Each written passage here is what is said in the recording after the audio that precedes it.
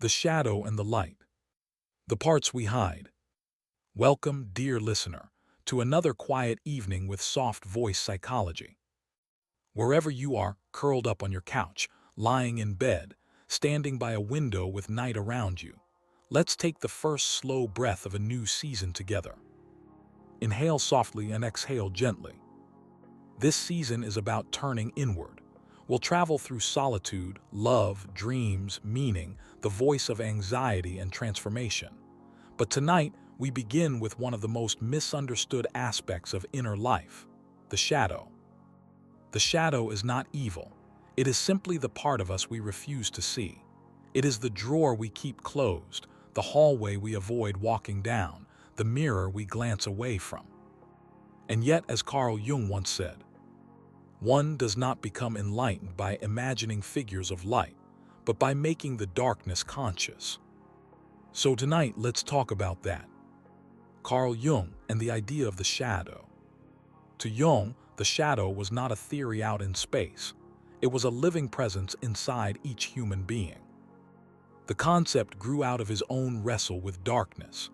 At the height of his career, when he had status, recognition, and the admiration of Freud himself, Jung began to feel something breaking inside.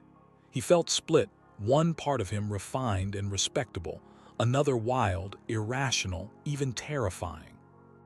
Instead of running, he did something most of us never dare. He listened. He withdrew from public life and began a long conversation with his own unconscious. He painted what rose up in his dreams. He wrote dialogues with inner voices. He sketched monsters, gods, and symbols. Those explorations became the Red Book. What he learned through that descent is that every personality contains two halves: the persona, the mask we wear before the world, and the shadow, the hidden side, repressed, dangerous, tender, creative, shameful, powerful, all at once. The persona says, "I am competent, loving, intelligent." The shadow whispers, "But sometimes I am jealous, vain, afraid, controlling, lazy, cruel, wounded." When we refuse to acknowledge the whisper, it doesn't vanish. It simply moves underground, shaping our lives from the dark. You might notice it in projection. Something irritates you deeply in another person, their arrogance, their neediness, their chaos. Almost always, Jung said, that irritation points to something disowned within ourselves. Until you make the unconscious conscious, he wrote, it will direct your life, and you will call it fate. The shadow isn't purely negative. Inside it sleeps all those unlived potentials we rejected in order to fit in. Maybe as a child you were called too loud, so you buried your spontaneity. Maybe you were scolded for dreaming, so you buried your imagination. Maybe you were told to be strong, so you buried your tenderness. Everything repressed in that way becomes part of the shadow's treasure chest. To meet the shadow, then, is not only to face shame, it is to reclaim lost gold. A quiet example. Let's imagine a woman named Anna. Anna prides herself on being calm, rational, the peacemaker in every storm. People trust her. She never raises her voice. And yet, late at night, when no one sees her, she feels a pulse of rage under her skin, a heat she can't explain. Once, during a small argument at work, someone accused her of being manipulative. She laughed it off, but found herself clenching her fists later, trembling. Her suppressed anger, the one she denies because she was taught that good people don't get angry, is living in the shadow. The day she allows herself to feel that anger, not to unleash it but to listen, she discovers something shocking. The anger was never cruelty, it was need. It said, "I deserve respect. I'm tired of always being the one who stays quiet." In that moment, she saw the shadow not as enemy but as truth-teller. The shadow in ordinary life. We meet our shadow daily in small, subtle ways. When jealousy flashes while scrolling someone else's success online. When we judge others for the traits we fear in ourselves. When we sabotage peace because we secretly crave intensity. When our laughter hides anxiety and our politeness hides resentment. To live without awareness of shadow is to live half asleep, constantly running from mirrors. To live with awareness is not to eliminate darkness, but to hold conversation with it. The goal is not purity, but wholeness. Jung called this process individuation, the gradual reconciliation of opposites inside us. Light without shadow is blinding. Shadow without light is suffocating. Integration means balance, understanding that the same energy that makes us jealous can, when owned consciously, make us passionate. The same intensity that causes rage can ignite courage. The shadow in relationships. Relationships are laboratories for our shadow. What we omit in ourselves, we often chase or combat in others. We project the savior when we feel helpless inside, the rebel when we feel tame, the moral judge when we feel guilty. Jung said that encounters between people are rarely between two individuals.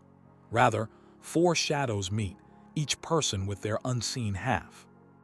Hence the turmoil, the fascination, the attraction, the conflict. When we begin to recognize our projections, intimacy deepens. We can finally say, "This feeling I have toward you might not be about you. It might be about me." That sentence, soft, humble, liberating, is the cornerstone of mature love. When two shadows meet. Carl Jung once observed that when two people meet, more than two minds enter the room. Each person brings their history, their values, their desires, and also their unseen half. So every encounter is, in truth, a meeting of four: your conscious self and your shadow, their conscious self and their shadow. That's why relationships feel so mysterious. Why some connections ignite with instant chemistry, and others feel threatening without reason. Our shadows recognize one another before our intellect catches up. They sense familiar wounds, shared rejections, similar fears.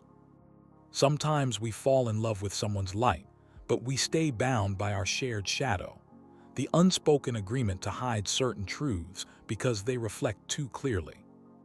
Projection, the mirror we argue with. Jung called the main mechanism of the shadow projection. We see in others what we can't bear to see in ourselves. Imagine you pride yourself on being humble and kind. Then you meet someone who's arrogant, self-centered, loud. They irritate you more than anyone else.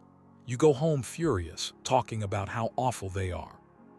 But beneath your anger might live a secret envy, a part of you that wishes to speak loudly without fear, to take up space, to say, "I matter." That forgotten part projects itself onto the arrogant person.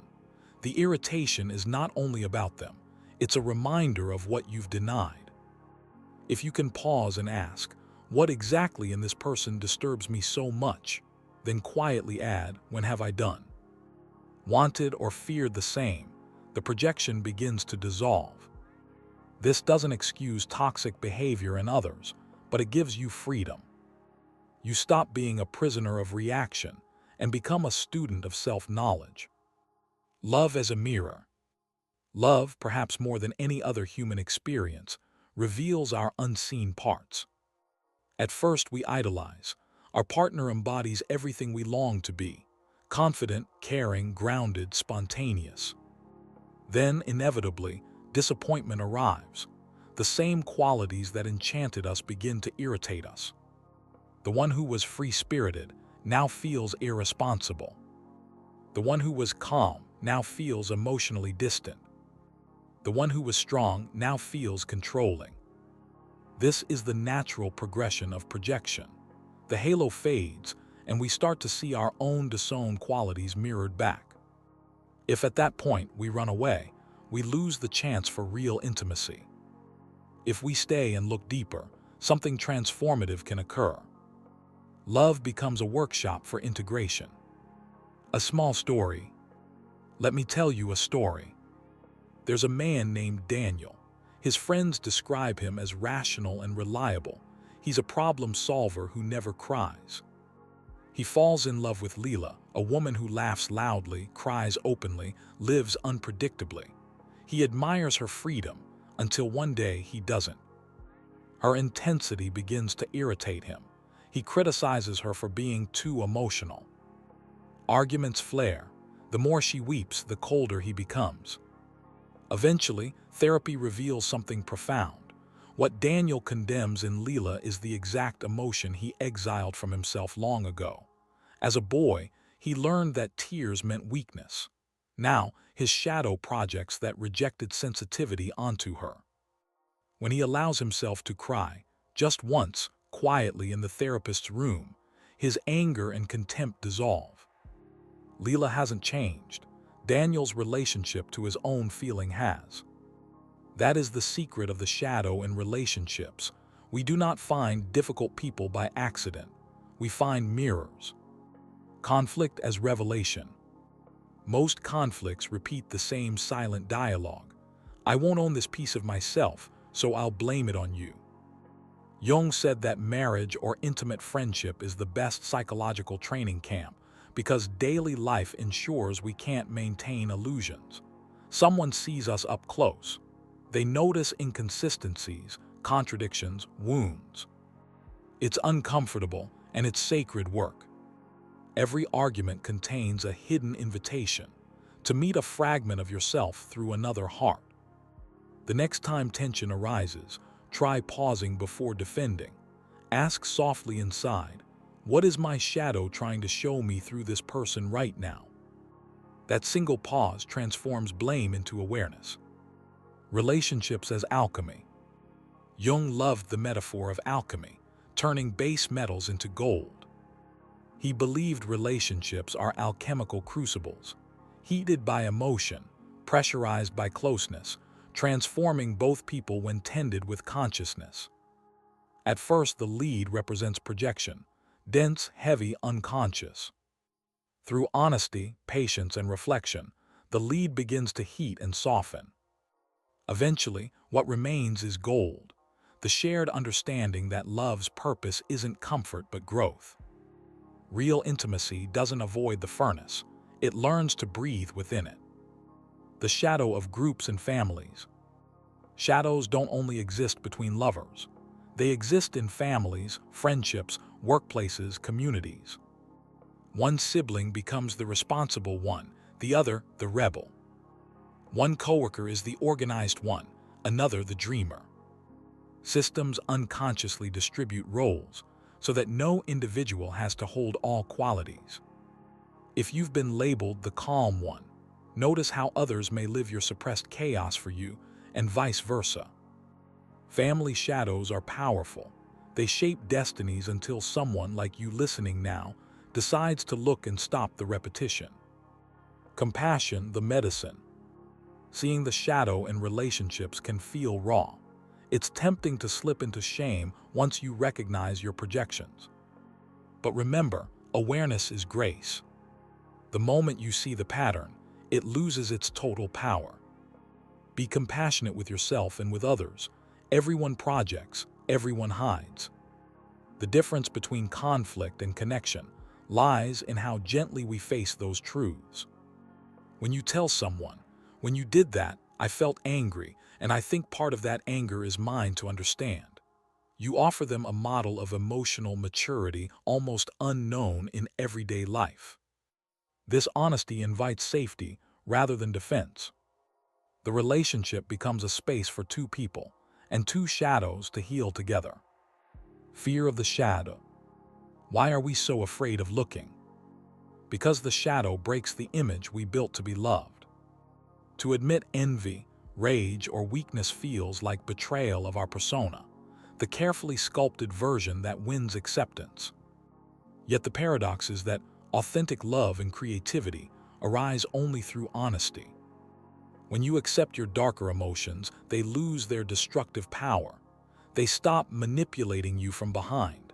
You become less reactive, more compassionate. The people who embrace their shadow are rarely perfect. They are simply real. You trust them because they are not hiding. The shadow's gifts. Jung often emphasized that gold is hidden in the shadow. That means your greatest talents and sources of vitality live next to your fears. Someone terrified of conflict might secretly be a gifted negotiator. Someone ashamed of pride may have leadership potential. Someone hiding their grief may have a poet's heart. When we listen to what we've suppressed, life expands. Every time you turn toward the inner darkness with curiosity instead of judgment, you reclaim a lost piece of self-trust. How to work with your shadow gently. 1. Notice emotional triggers. Ask, what quality in this situation disturbs me most? Could it reflect something within me? 2. Journal or dialogue. Write from your shadow's point of view. Let it speak freely on paper without censorship. 3. Use humor and compassion. The shadow hates moralizing, but responds well to gentle honesty. 4. Don't rush to fix. Awareness alone begins the transformation. Bringing emotion into the light dissolves its unconscious grip. 5. Seek safe mirrors. Therapy, deep friendship, spiritual mentorship, any place where someone can hold your truth without shamming it. Shadow work is sensitive terrain. Softness is your compass. If you wish, close your eyes now.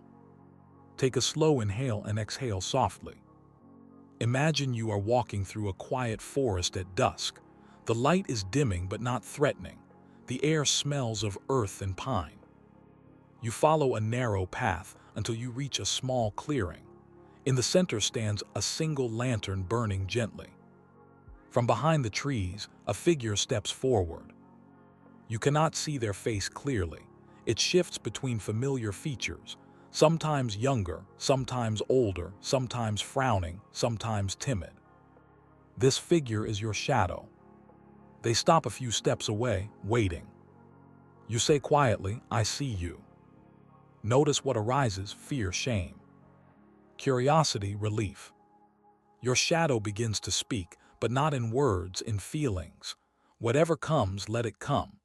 Perhaps it shows you an emotion you've buried, an impulse you never acted on, a truth you avoided.